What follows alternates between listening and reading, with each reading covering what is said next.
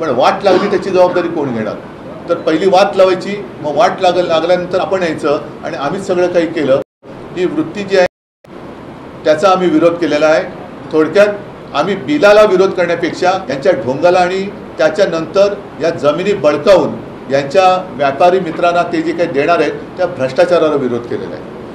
अमित शहा तुमच्या खासदारांनी काही सुधारणा सुचवलेल्या आहेत बिलामध्ये, त्या जर सुधारणा झाल्या तर तुमचं काय?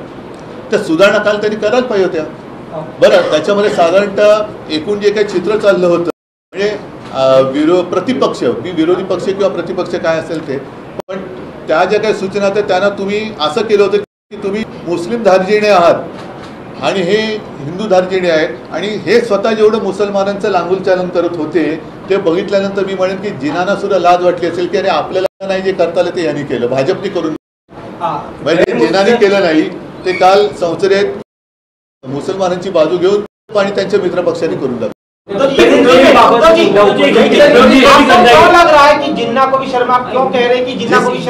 जिस तरीके से कल भाजपा के नेतागण या शीर्ष नेता या वरिष्ठ मंत्री, उसमें अमित शाह की भी, किरण रिजिजू, फिर उनके जो नए नए दोस्त हैं टीडीपी हो या जेडीयू, जिस तरीके से उन्होंने मुस्लिम समुदाय का समर्थन किया, हम नहीं चाहते कि वो विरोध करे, लेकिन अगर आप हमें बार बार कहते हो कि आपने हिंदुत्व छोड़ा, हिंदुत्व छोड़ा, तो कल आपने क्या छोड़ा था? कल जिस तरीके से आपको एक प्यार आया था कि हम गरीब मुसलमानों के लिए ये बिल लाए हैं, गरीब मुसलमानों से इसका फ़ायदा होगा, जो महिलाएं हैं उनके लिए, अरे भाई आप जो कह रहे हैं और कर रहे हैं उसी को तो हम कहते हैं ना, जिसको मराठी में कहते हैं लांगुल चालन. सामने आपको चुनाव दिखाई दे रहा है, उसका शायद उल्लेख अमित शाह जी ने भी किया कि हम बंगाल भी जीतेंगे और बिहार भी जीतेंगे. इसका मतलब सीधा है कि भाजपा की नीति सिर्फ आपस में लड़ाई लड़ाओ, तोड़ो फोड़ो और राज करो. अभी जो भाजपा की जो चाल है, अभी बाला साहब होते तो कुछ और शब्द में कहते, उन्होंने भाषण भी किया है, मैं नहीं कहना चाहूँगा. जिन्होंने वो भाषण कवर किया होगा उनको वो याद आएगी वो बात. एक उसमें बैल का जिक्र किया था, बैल जिस तरीके से जाता है खेत में तो वैसे मत चलो, सीधा चलो. बराबर है ना? तुम्ही मला वाटतं ते नहीं, एकच मिनिट. जो कुछ मैं कह रहा था कि हमेशा वो कहते कि आपने हिंदुत्व छोड़ा, तो मुझे पहले बताइए कि इस बिल का हिंदुत्व से क्या लेना देना है? और अगर आप मुसलमानों के लिए सारी चीज़ें कर रहे हैं तो भाई हिंदू ने क्या आपका गुनाह किया है? कभी कि औरंगजेब वोट डालो, उनके लोग जब खोरी ले जाते तो आरएसएस कहते नहीं नहीं नहीं नहीं, जो खोरी है उसके ऊपर मिट्टी डालो.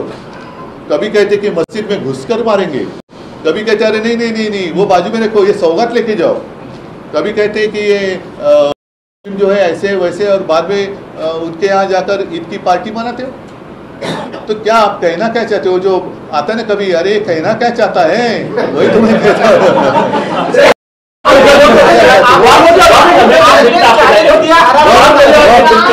की जो बात है उसमें कुछ चीजें जरूर अच्छी है ना, मैंने उसमें बात होनी चाहिए. अगर जहाँ भी कुछ गलत है तो गलत है, उसका समर्थन मैं या मेरी शिवसेना कभी भी नहीं करेगी.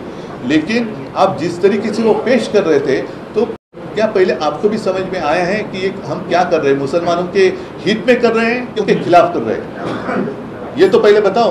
और हमारा जो डर है कि आज आपने वक्फ बोर्ड की जमीन पर आपकी आंख है, हमारे जो मंदिर का ट्रस्ट है उनके पास भी काफ़ी सारी ज़मीन है, क्रिश्चियन लोगों के पास ज़मीन है, गुरुद्वारा के पास होगी, बौद्ध विहार के पास होगी. अगर आप मुसलमानों की बात आज कर रहे हैं, कल हमारे ऊपर भी आपकी नज़र आएगी. और फिर व्यापार आप करना चाहते हो तो सीधा करो, और अगर ज़मीन ही चाहिए तो जाओ ना वहाँ चीन, जहाँ घुस ज़मीन दे दो अपने दोस्तों को. वहाँ की कश्मीर में जो पाकिस्तान घुस गया है वहाँ की ज़मीन आपके दोस्तों को दे दो.